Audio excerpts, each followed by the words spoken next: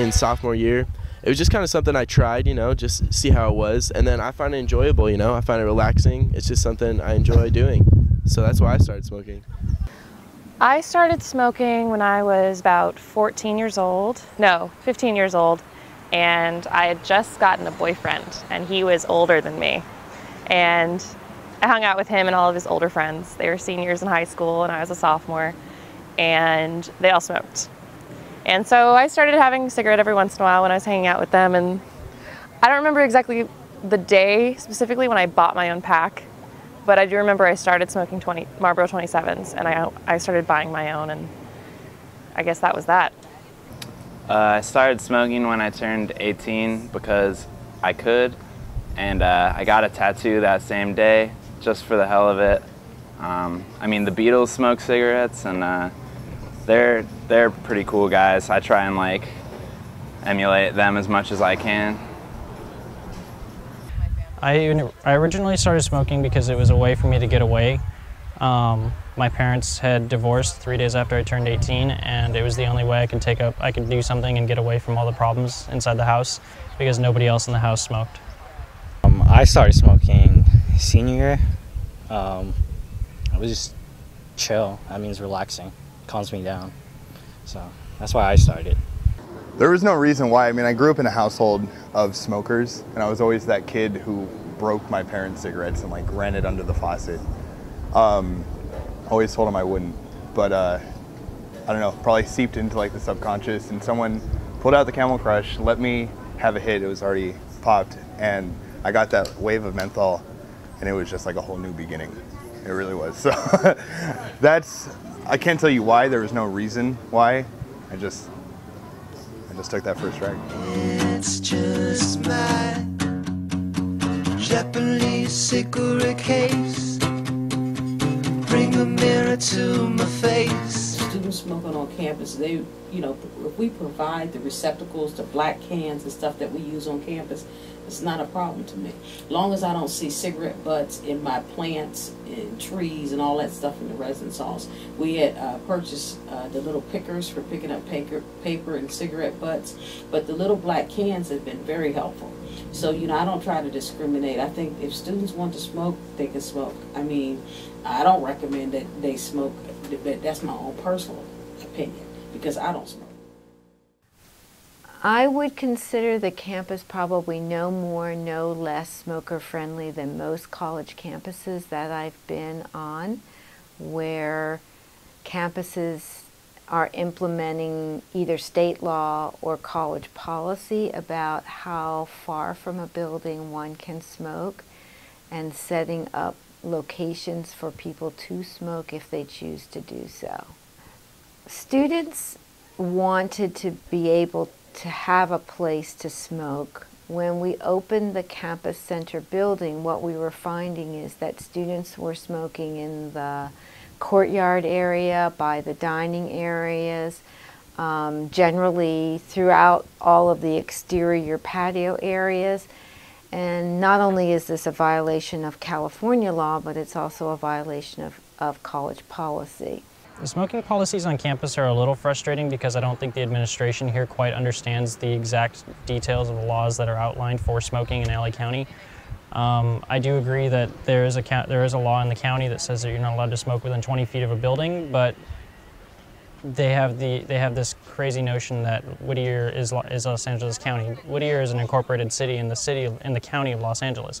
We don't have to abide by the same rules. We have our own laws.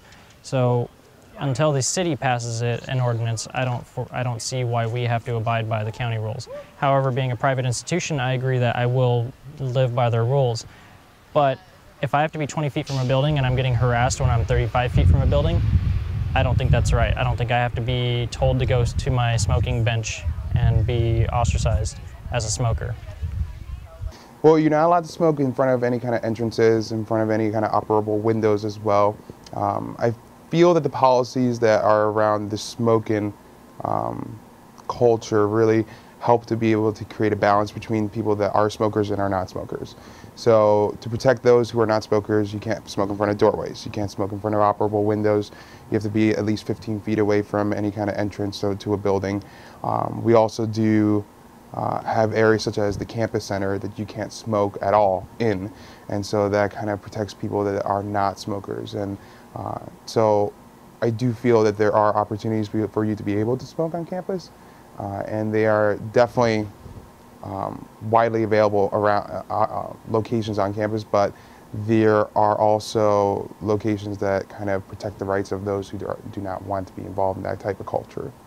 The policy about like limiting students where they can smoke, I understand that it's kind of disruptive and annoying to like other people who don't like smelling the cigarette smoke, because I'm one of those people, but I think that where they're allowed to smoke is very out of the way, and it's also kind of an inconvenience to them too, so I don't really know. I don't know what the smoking policies on campus are. I assume they're not supposed to smoke in any of our office buildings, and certainly not the classrooms. Beyond that, I don't know whether there are designated areas or not.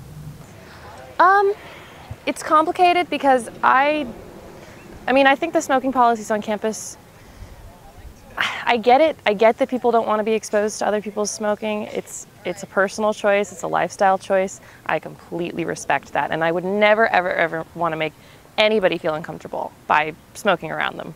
You know, like, I understand that. I get that. People are sensitive to smoke. People are allergic to it sometimes. But I do feel a little ostracized. The smoking area, as I'm sure other people have talked about, for a long time was very uncomfortable because there wasn't any shade. And there are these 2 red signs that are very specifically designating it for the smokers. And it kind of makes me feel like second class. Like I just feel a little alienated by it these days, you know? I just feel like, you know, some guy came up and yelled at me the other day because I was standing next to that tree. And he's like, you know, you have to be 20 feet from the building. And I was just like, I'm 50 feet from the building, you know? Like, I don't know. I feel like they could handle it a little bit more delicately. Watching the days burning out like a cigarette, just a few drags to go. I feel that some smokers are respectful of non-smokers. Like my really good friends who smoke they're aware of their environment and where they smoke. They don't want to be a problem towards anybody else. There's a few who just smoke wherever they want and they do what they want when they smoke. So I heard something about there's a smoking area and they're supposed to smoke in a certain designated area. Yeah, over there by the benches. But I really could care less because there's not enough smokers on this campus to really matter that much. I've seen situations where people have asked people not to smoke and they've quit. But I've got cigarette eyes and feel uneasy. There isn't much at Whittier College, but I don't know, you go into the certain areas in the city and it's very conducive to smoking. I mean, this is the one, Whittier is very conducive to smoking too. I mean, Mimo's is very nice about it. You can walk around the streets. It's not, I've been down to like San Diego and you can't even smoke on the streets there. So like it's getting phased out very quickly. But I don't know, it's hard to pinpoint a smoker culture. It is, I mean, somewhat universal. You go around, you talk to your smokers, you have that conversation. I think we're outside more often. I do. I think we get to see things outside in this like culture of being plugged in inside. The thing about smokers' etiquette is once you light up a cigarette, and when you're with somebody, hello, you don't leave them behind until you guys are both done smoking a cigarette. Someone who's smoking a cigarette with you, and they finish a cigarette before you, and they leave you on your own, it's not cool. No-no. It's no-no. And what you do to them is that you stare at them, give them the evils, and say, dude, I'm not done. Where are you going? Why aren't you socially smoking with me? Why not? We're friends, we're pals, we're bonding. Over this stick. I don't know if this is specific to smoker culture, but one thing that does come to mind concerning smokers' culture, scare quotes around that, is this idea of smokers' karma, where, you know, if you don't have any cigarettes and you really want one, you can bum one from someone and the favor will get returned. That's sort of assumed. I mean, there are, of course, a lot of selfish people in the world that are like, no one will lie to you bold-faced, they have a full pack of cigarettes, like, I don't have any. Or I've actually had, like, really young teenagers in Uptown Whittier ask me for a cigarette, I'm like, where's your ID? I need to know how old you are first, as if it matters. But I think that smokers culture is very much about being with people. I mean, like, you can smoke a cigarette alone, true, but when I take a cigarette break, or it's usually via someone saying, you want to go have a cigarette with me, or you know, me sitting down with a group of people to have a cigarette and converse and socialize, and you know what I mean, sort of find comfort in that. Well, I can say that I've actually met some of my best friends, asking them for a light, or running into somebody who's got a cigarette and they bum one for me. And I think my first day at Whittier College, I smoked at that point. I still smoke. And I walked over to Ball Patio, and I had no idea who anybody was. I had no idea where to go or what to do or anything. And I walked over there and I sat down and I lit up a cigarette, and one person came out and they asked me for a cigarette, and then another person came out and sat down and lit up, and we all started talking. And those people are like my main group of friends to this day, and I'm a senior now.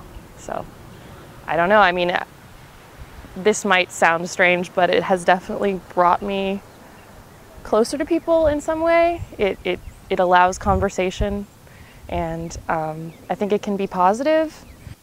In the residence halls, there are students who regularly do smoke hookah, and Residence Life decided that one way to provide education and information was to sponsor a program and to really look at hookah smoking from not only a social point of view and a communal point of view, but also a medical point of view. And so, given that context, I think that's a great way to educate students about the pros and the cons of hookah smoking. Well, I hookah outside just for fun, like by myself, but then like my residents or other kids from the other building will join me. But next week on the 31st is going to be our first hookah program, where there's going to be about 5 different hookahs out there with different flavored tobacco, and we're going to teach them all about how to use a hookah, the culture behind it, and like why it's used, so like they get a culture perspective before they actually go and start smoking. Hookah is definitely like a social thing, because it's something that you can do and like talk to your friends at the same time, and like because it's like something that brings you guys together and you guys can talk about like different flavor like tobacco or like shisha, and just like it's something like you can relax with and have a good time and just like talk about anything basically, and it's like a good distress. The first time I ever smoked hookah was after band practice. My bandmates were suggesting that we'd all go smoke hookah, and I said I don't smoke, and I wasn't really too fond of going. And anyways, they said that it was actually better for you than cigarettes because it's water vapor, and I believe them. I don't know if it's true or not, but I still do it. We went there, and it felt really good. Like, I wasn't so stressed. We weren't really thinking about any like shows we were stressing about, writing music. It was just us talking about ourselves and things you would normally do. People are people. Some people smoke, some don't. It's just like a preference. It's a life preference, you know.